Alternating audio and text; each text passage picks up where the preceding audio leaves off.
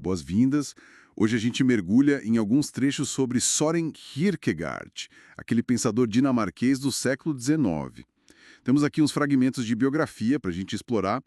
A nossa missão, assim, é tentar extrair as ideias centrais. O que ele pensava sobre a existência, a fé e o que é ser um indivíduo de verdade, né? Kierkegaard nasceu lá em Copenhague, em 1813. Família rica, mas, pelo que diz aqui, bem marcada por inquietações espirituais. Um pai rigoroso, melancólico, isso parece que influenciou bastante a visão dele. Ele não queria só o conhecimento acadêmico da teologia, sabe? Ele queria entender como viver de forma autêntica diante de Deus. Ok, vamos desempacotar isso um pouco. Ele rejeitava o pensamento muito abstrato da época, focando no indivíduo singular. Exatamente. E para ele, olha, a verdade não era um sistema para ser aprendido num livro. Certo. Era algo para ser vivido. A fé cristã, por exemplo, exigia essa apropriação subjetiva. Um compromisso pessoal mesmo. Uhum. Isso diferenciava demais da filosofia dominante na época, como a de Hegel, por exemplo. Era uma outra pegada. E ele usava uns métodos assim bem curiosos para comunicar isso, né? Como os múltiplos pseudônimos, certo? Sim, essa era uma estratégia dele de comunicação indireta. Era genial, na verdade. Como funcionava? Cada pseudônimo explorava diferentes estágios da existência, tipo o estético, o ético, o religioso, e também temas como angústia, desespero. Era um jeito de fazer o leitor se confrontar com essas ideias, sabe? Entendi. Não era para dar a resposta pronta. De jeito nenhum. Contrastava muito com os escritos que ele assinava mesmo, os discursos edificantes. Esses sim eram mais diretos, um convite à reflexão espiritual. Mas a forma como ele usava os pseudônimos era fascinante, espelhava a própria complexidade do conteúdo. E aqui acho que fica bem interessante.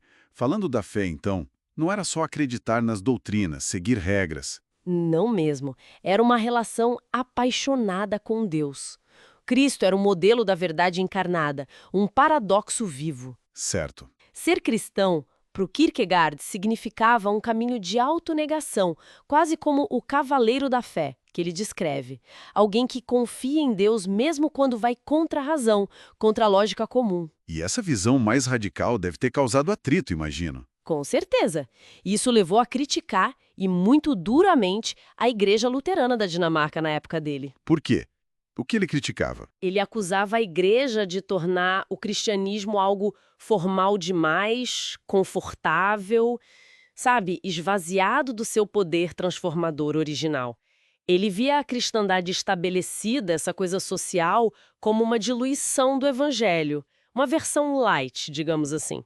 Entendi. E eventos pessoais também parecem ter um peso grande nisso, né? O texto menciona o rompimento do noivado com a Regine Olsen. Sim, esse evento foi central, virou quase um símbolo na obra dele. Símbolo de quê? Do conflito entre a vida comum, o amor humano, e o que ele sentia como uma vocação espiritual mais absoluta. A ideia de renúncia como um caminho necessário, talvez. Uhum. Psicologicamente, ele foi muito à frente do tempo. Antecipou temas existenciais que só foram explodir no século XX, como a angústia ligada à liberdade, à responsabilidade de escolher. Então, juntando tudo, apesar de ser uma figura, digamos, polêmica na sua época, o legado dele foi enorme, né? Redescoberto depois.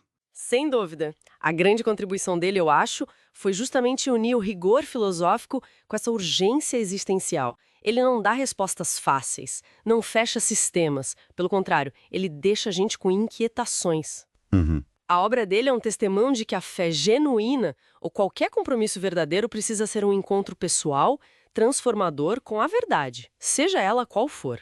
Não só uma herança cultural ou uma adesão de fachada. Essa mistura dele de ironia, poesia, profundidade psicológica e espiritual é o que o torna tão único, né? Sempre desafiando a buscar uma vida autêntica. Exato.